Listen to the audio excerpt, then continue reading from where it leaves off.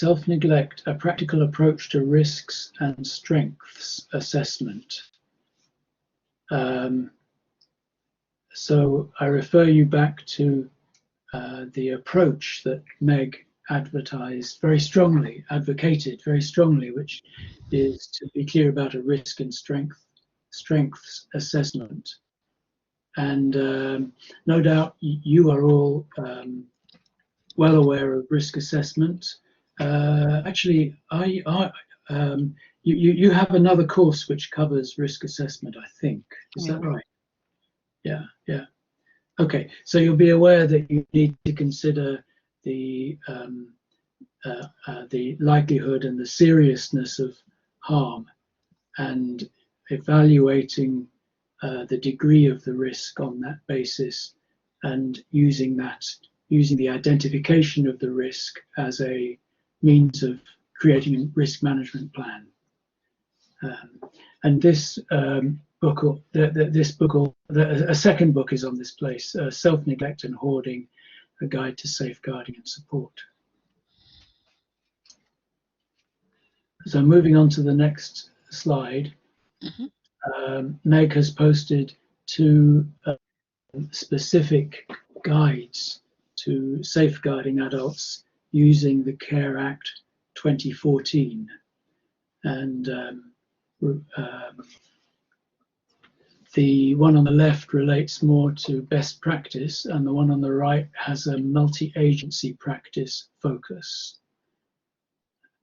Hello. So again, hi Meg. You better take over. I'm sorry. I'm so sorry. It just keeps going. I'm winging it on your behalf. But thank you so much. Yeah. So all the books that I've attached. Sorry. Can I just go back to the other one? Yeah. Yeah. So these 2 are fantastic books in relation to self-neglect and hoarding. Okay. All of them you can get from Amazon. They've all been printed usually after 2016. They're all based, if you go into self-neglect and hoarding, it's by Deborah Burnett, who is allegedly one of the experts in relation to hoarding. And if you look at all of the books, they actually refer to legislation on how to reduce risk and mitigate risk. It's not just a big narrative about sitting down with a person and having a discussion with them. It's all about practical strategies on reducing risk. Okay, these next 2 books are clear instructions by all different authors on how to initiate a Section 42, do a protection plan, and work in a multi-agency way. Okay. Now, the last 2, I think I mentioned them before. The first one is by Peter Felden, and last year I did a big quiz and gave away 2 free copies of this book, but sadly I can't do that this year. But I would strongly recommend, if there's one book you want to carry around with you and use for all resources, it's the Social Work's Guide to the CARE Act. It basically is a narrative A to Z of everything you need to know about the CARE Act. Michael Mandelson's is the actual A to Z. He is the king of safeguarding. Fabulous, fabulous gentleman. Okay, and again, the last 2 books is by the fabulous, one is by Luke Clements, who works at the Legal Action Group. Again, it's a massive A to Z of community care and the law.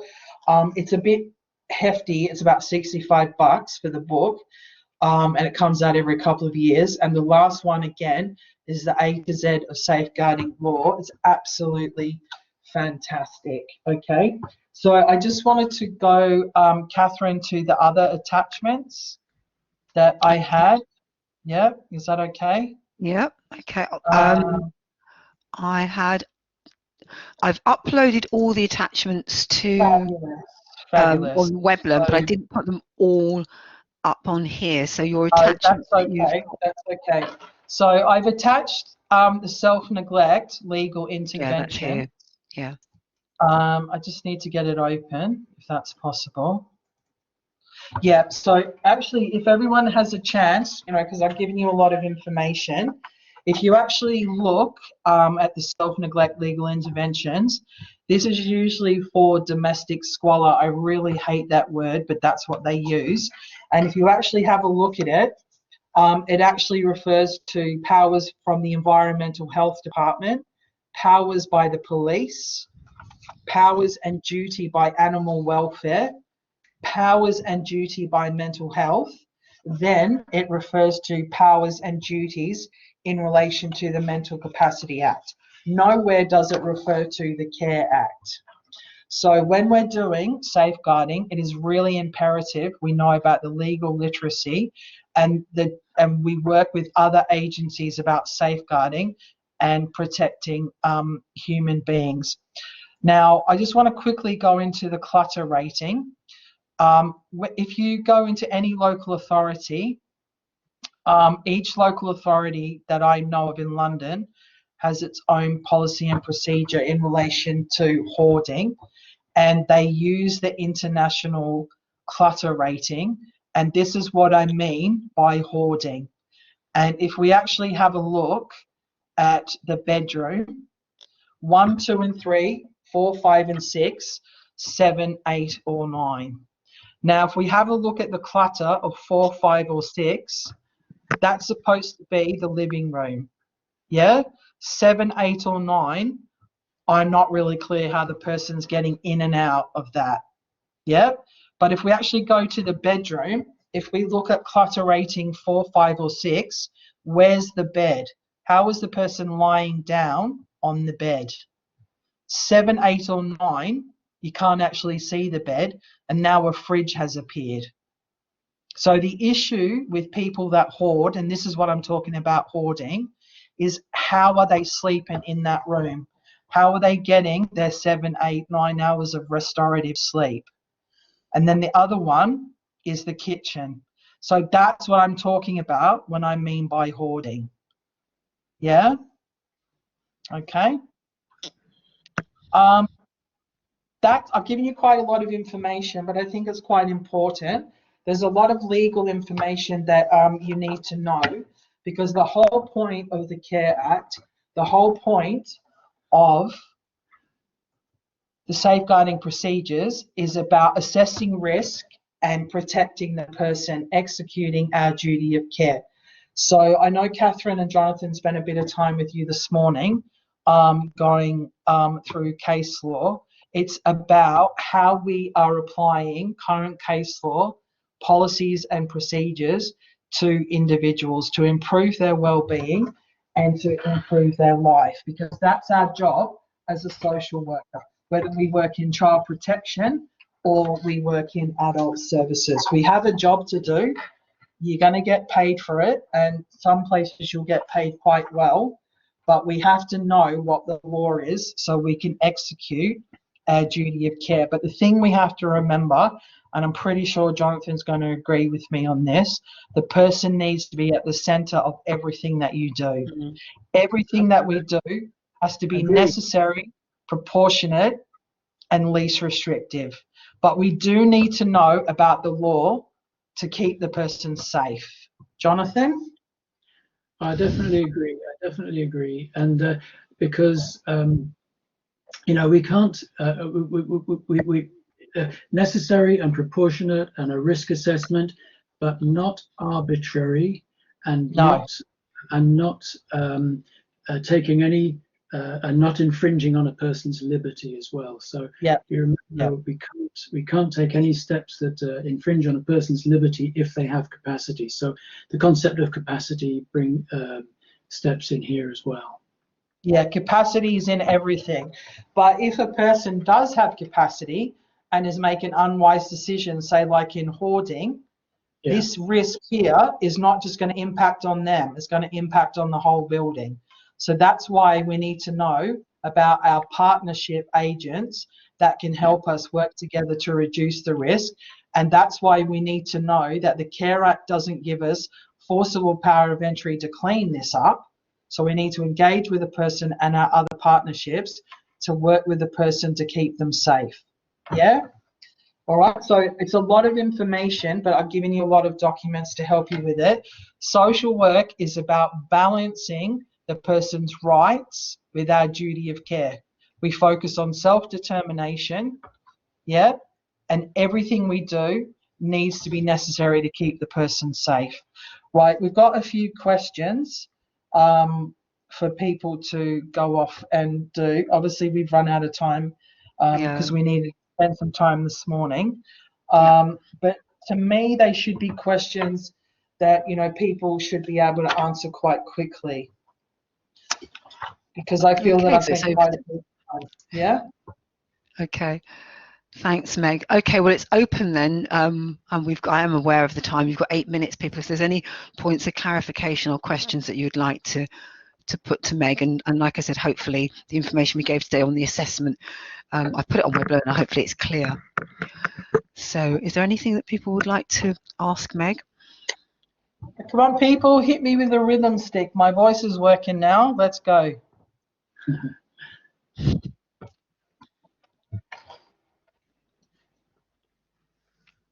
Yes, no?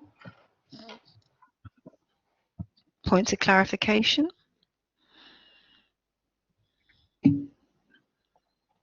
Kit's got a question. Okay, Kit, let me just, okay. In the exam, would we reference the London procedures or stick to the Care Act only? So do you want to respond to that, Meg? Yeah. Because the Care Act only specifically says about Section 42, what's the 3-tiered test for safeguarding, but the London procedures actually give you further paradigms or clarification on, you know, risk assessments and interventions, and also so does the Care Act statutory guidance. That has, you know, the 6 safeguarding principles, you know, all the categories of abuse. So I think you do need to refer to all of them, because policy and the procedure actually, you know, that's the process, that's the way that we do it. Yeah, because you've got the Children's Act, where you use Section 17 and Section 47 to do child protection procedures, but it's the London child protection procedures and policies that actually navigate the interventions. Does that make sense, Jonathan? Yeah. Yeah, absolutely. Yeah? It's different. Think of it as different levels of analysis. That fundamentally, you have the Care Act as the highest level that you need to be able to reference. But if you want to back up what you're saying with reference to practice, because we do encourage you to link practice with law, do draw on things like the safeguarding procedures. But remember that they're London-based, and you're learning about countrywide, well, England-wide anyway. Yeah, but there are, you know, Wales has their own, Scotland has their own. I know Norfolk has their own, but obviously, you know, because we're in London. Yeah, exactly. Yeah. All right, Paul, you've said, would there be any case law? We're not intending on giving case law for the undergraduates, if that's what you're asking for, the actual assessment. You may be required to make reference to it, but we won't be asking a specific question on case law. Yeah. Great. We've got 5 minutes left. Anyone else wants to come in?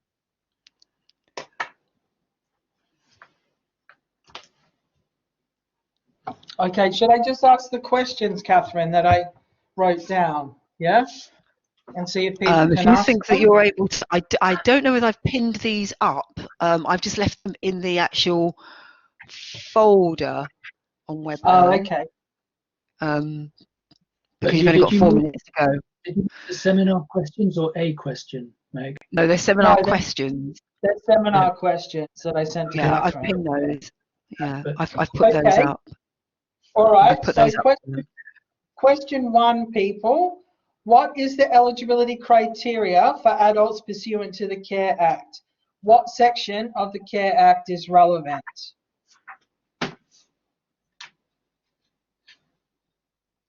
Anybody? It's the first section I took. Yay, Marion, excellent. You win a box of chocolates.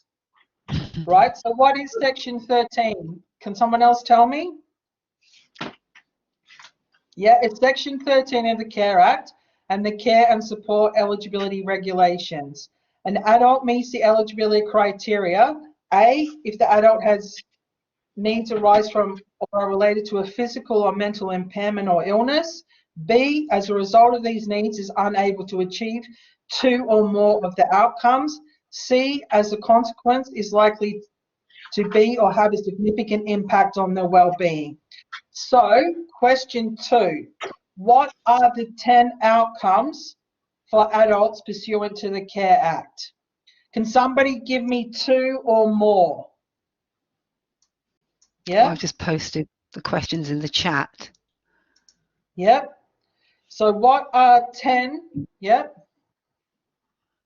Yep. So question 2, somebody hit me with the Care Act outcomes. I've just posted them. Good Well done. one. Good one. That's one of the 6 principles. Sorry, someone else had some other ones. Okay, let's have again. Right. Okay. Almost. Yes, well done, Jennifer. Okay, yep, fabulous. Okay, fabulous, Tematope, fabulous. Yes, well done, Kit. Rock and roll. Okay, managing and maintaining nutrition, maintaining personal hygiene, managing toilet needs, being appropriately clothed, being able to make use of the home safely, maintaining a habitable home, which is the ones I just talked about in relation to hoarding. Then we've got accessing or engaging in work, training or education, making use of local community, public transport, and then the last one, caring for, yes, well done, Paul, any caring responsibilities for an adult. An adult has for a child. Goodness gracious, sorry about that. Now, I really need everybody to get this correct because I've just spent half an hour on it. What is the safeguarding eligibility criteria for adults pursuant to the Care Act 2014? What section of the Care Act is relevant?